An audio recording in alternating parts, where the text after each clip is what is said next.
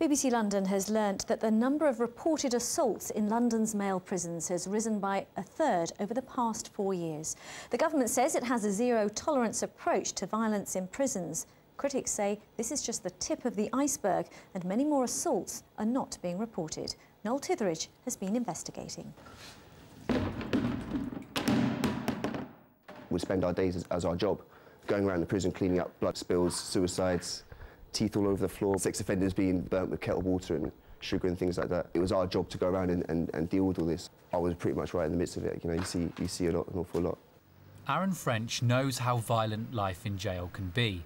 As a prisoner, he earned money by cleaning up after assaults.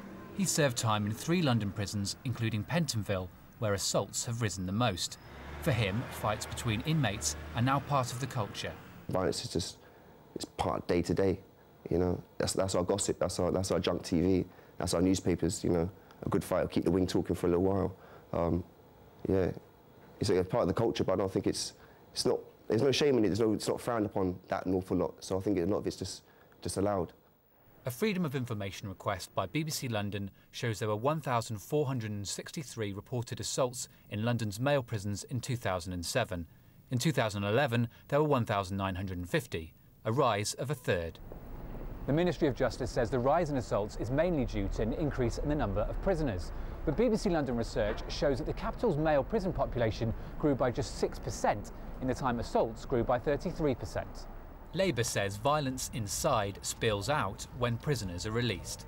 Prisons should be a place where offenders are both punished and reformed. If you as an offender are seeing violence every day, if you're seeing violence being condoned, then when you leave prison, it's more likely than not that you'll think that's part of everyday life, and so it's more likely than not that you'll reoffend. Nearly 200 prison officers have lost their jobs in London over the past 2 years. One prison charity is worried about the impact of any further cuts.